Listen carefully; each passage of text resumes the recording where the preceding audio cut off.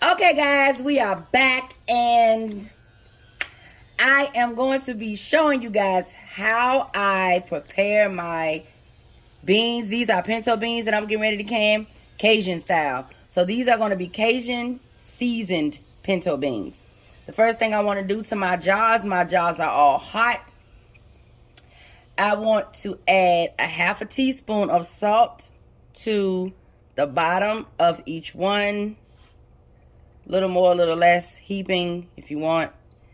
Or you don't have to use it at all. I'm using canning salt for this particular one. Okay, next up will be my beans. Now, I'm going to put those in before I put the other seasonings in, because that's just the way I like to do it. Other people might show you how to do it differently, but this is just how I do it, and it works for me. So, we're going to ladle in, and I got my little measuring lines right here to let me know how much I'm ladling in.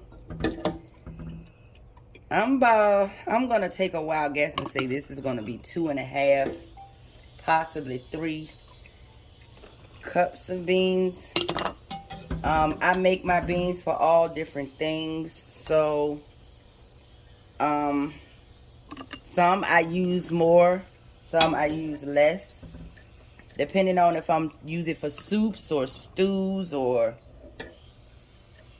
chilies or tacos.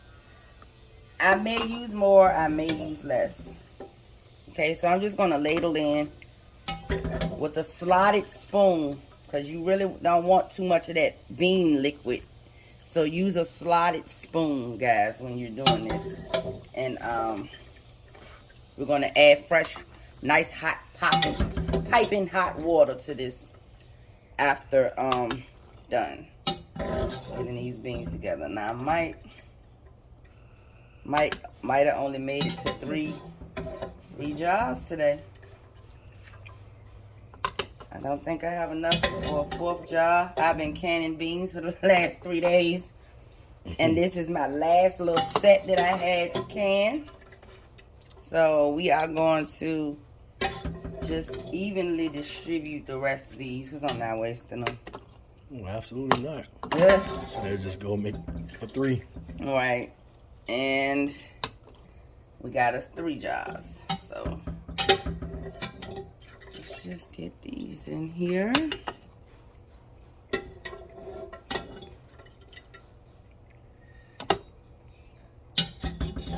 This is very easy, guys. And I went from bean to bean. When I say I can't even make fun of myself and say I'm sick of canning beans, I'm sick of beans, I don't want to see no more beans. Yes, I can, because I know what I'm doing for me and my family. I know that each and every last one of these beans was carefully cleaned and prepared by me. So I'm not going to say I don't want to see another bean. I'm not going to say that. All right. So next up is the ladling in of the water. Just a second.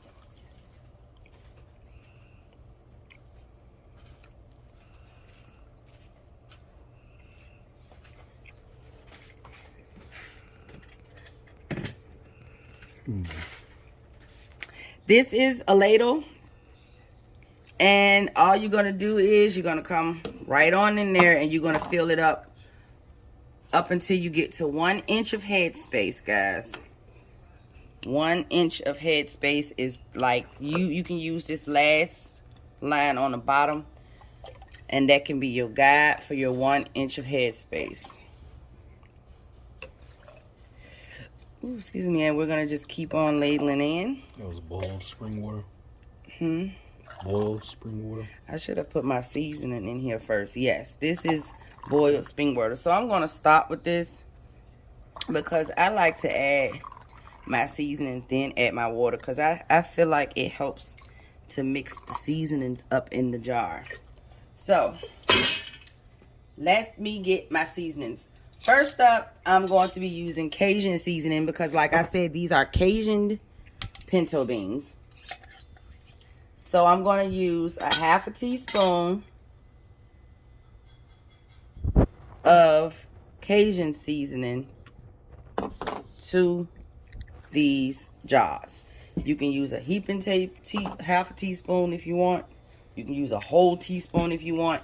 You gotta find your niche when you can. I learned that you can't do what you see everybody else do, because everybody else's taste buds is not gonna be your taste buds. And you've been on setup there and can 20 cans of something that you seen somebody else can, and go back and taste it and be like, oh my God, what is this? So do it. I would suggest, I'm sorry, onion powder. This is onion powder. I'm doing a half a teaspoon of each one of these. So I would suggest you try it out for yourself. Like, you can use other people's recipes, but don't go canning up 10 and 20 jars of it. Can about 3 or 4 jars. Taste one of those cans. See if you like it. See what you and your family likes. Right. And go from there. Did I really just throw that onion powder? No, I didn't know. Okay. So that was the onion powder. Next will be the Tony Satcherin's. I can with this all the time. I like the way the flavor, it brings out the flavor in my foods mixed with other things. So next up is the Tony Satcherin's, and I'm doing a half a teaspoon of that.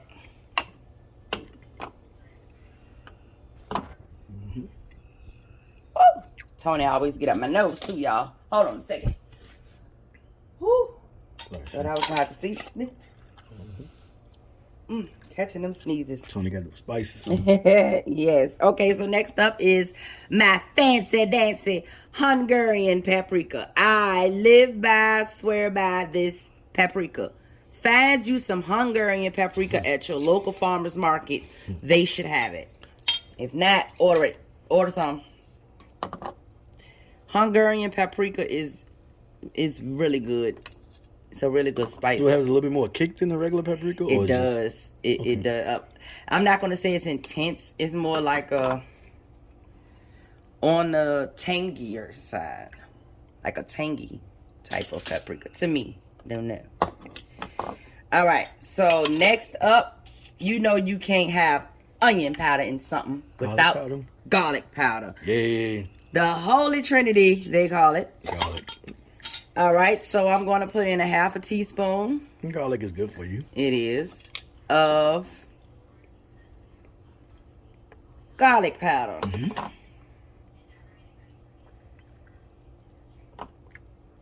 Okay, next up, last but not least, is Mr. Pepper over here. This is white pepper.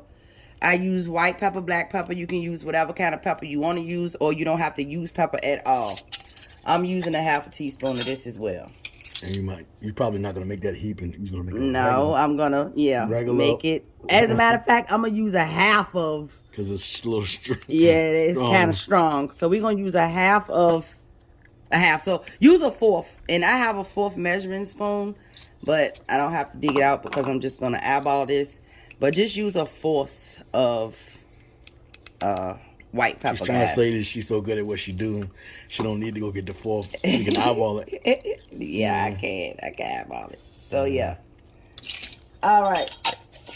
Next up is ladling the rest of my water into these jars. And once I debubble, I might lose some, so I might have to go back and backfill. But that's fine. That is totally okay. Like I said, this is hot jars, guys. Hot jars, hot pinto beans, hot water. Hot product, hot jars, hot water. That's how that go. Yeah, so it's not like the cold pack we did on the other video. That was cold jars, cold pack, cold canner. This is going to be hot canner, hot jars, hot product, hot water. And so it's basically like that. If you got cold product you're putting in, your jars need to be cold. Is that consistently with most items? Well, no. Some jars you can pack hot. They got cold foods. It depends on what you're doing. What it is. Okay. But like I said, please don't go out here using somebody else's recipe. You see them put a fourth teaspoon or a half a teaspoon of this and a excuse me. You're gonna have to do what works for you, your taste buds. If you like putting oregano in your foods, certain foods that you eat, Put you some oregano in there. Just don't put too much, because remember, this is a jar. It's considered a meal. You do not want to overpower it because it might not taste too good. But try out different recipes with things. I would do like 3 different jars of 3 different kind of beans. Can those beans up. Wait a couple of days. Open those beans up and taste them and see if I like it. Okay, I like the way I use those seasonings. So write it down. Write exactly what you put, because that's exactly what I do. I keep a journal of everything I do. Every recipe I make, every seasoning I put in a jar. I match that seasoning with that jar, with that date I canned that jar. That's how I remember I want that flavor again. Do you see what I'm saying? So I suggest you guys do the same, because this can be a win-win situation or a win-or-lose situation. And you've been on, like I said, canned up a whole bunch of crap. Take it from me, because I done did it before. I done canned about 25 jars or something that did not taste well because I was following somebody else's recipe. And I was pissed. But all I had to do was just add more seasoning to it. But anyway, why do that when this is the whole reason why you're canning it in the first place? So you can be one and done. All right, guys. So what I'm doing here now is I'm like literally mixing my seasons around. But I'm also debubbling at the same time. This is called a debubbler. You don't want to make sure... you want to make sure that you have no air pockets in this water whatsoever. So you go in and you want to debubble. See those bubbles that's sitting up in there like that? You want to go around, take your debubbler, and debubble your jar. Get all of that air out of that jar. It helps in the canning process as well. It helps for you to not get a false seal.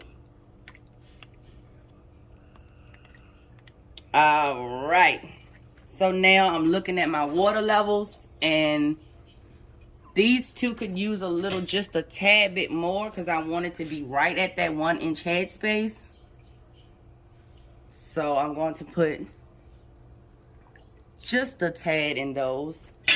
And now, guys, we are going to take excuse me, my vinegar here, white distilled vinegar. Y'all know I say that every episode. Wipe around my rims. I know I got some seasoning around these ones. You don't want a false seal. You don't want to cause a jar not to seal. You want a very tight and healthy seal. So you want to make sure you take that white distilled vinegar around these jars, y'all. Wipe them rims down. Okay. Now, I'm going to be placing my lid. Now, I had already pre-washed and boiled these. So, I don't have to use my little fancy dancy lid lifter. Little magnet. I don't have to use that. And, excuse me, I'm so sorry. All across the record. And I'm going to place my rims on here. I'm sorry, my lids on here. Fingertip tight. Rings. Fingertip tight. That's it. Do not over tighten them. It'll pop. It'll bust. It'll be an explosion. And you'll learn the hard way. And you'll learn the hard way. You might have to wind up replacing your $400 candle. You don't want to do all that. Fingertip tight, folks. And we will be back when I place them into the canner.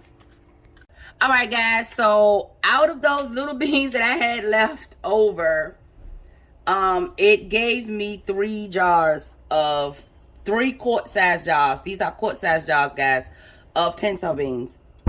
These are my Cajun seasoning pinto beans. I showed you my Cajun seasoning recipe. They are going to process at 12 pounds of pressure from my altitude for 90 minutes. I'm getting ready to start that process. My pot is hot. It's hot. Everything is hot. And we are good to go. So I'm going to place my lid onto my canner. My fancy dancy Denali canner.